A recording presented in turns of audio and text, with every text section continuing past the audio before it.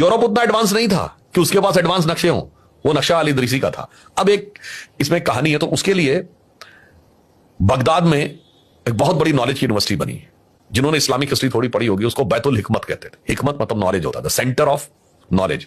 आप सोचिए 10वीं शताब्दी तक इस्लामिक वर्ल्ड नॉलेज के फील्ड में यूरोप से आगे था।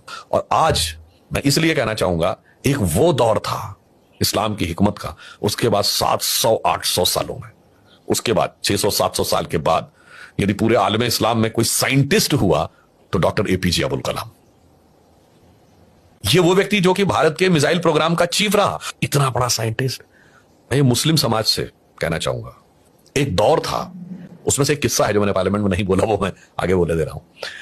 एक दौर था जब इस्लाम में नई नई चीजों को सीखने और समझने का बड़ा दौर था। यह 8वीं शताब्दी, 9वीं शताब्दी और 10वीं शताब्दी का दौर है, जब भारत से सूर्य सिद्धांत गया और वो सिंध हिंद के फॉर्म में अरबी में ट्रांसलेट हुआ। भारत से सुश्रुत संहिता गई और खलीफ अल मंसूर ने अल सुश्रुत के नाम से नया मेडिसिनल एस्पेक्ट हुआ। भारत से न्यूमेरिक्स गए। अब यूरोप वाले उनको अरबिक इसलिए समझते हैं कि वो अरब से आए। अरब में भारतीय जो ये हमारे नंबर से, इनको हिंदसा कहा जाता है, हिंद से आए। अब वहां से गए तो सबसे पहले अल खजार उसका नाम था, जो यहां से लेके गए, जिन्होंने इस पे कैलकुलेशन के लिए पूरी एक बुक बनाई जिसको शॉर्ट फॉर्म में अल जब्र कहा गया।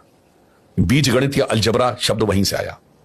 अल ख्वारिज्म ने जिनमें भी बहुत सारा प्रभाव आपको ब्रह्मगुप्त और उनका जरा, खैर कोई बात नहीं, अल ख्वारिज्म ने बहुत गहरी रिसर्च की मैथमेटिक्स को लेके।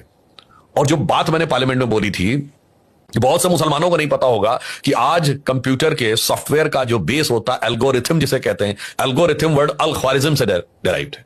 आप सोचिए, मेरे ख्याल से 100 में 99 लोगों को नहीं पता होगा कि कोलंबस ने जिन नक्शों को आधार बनाकर वेस्ट से रास्ता खोजने निकला था, वो बनाने वाला भी एक मुस्लिम था, अल इदरीसी, अरब था वो इतना बड़ा ज्योग्राफी का जानकार था।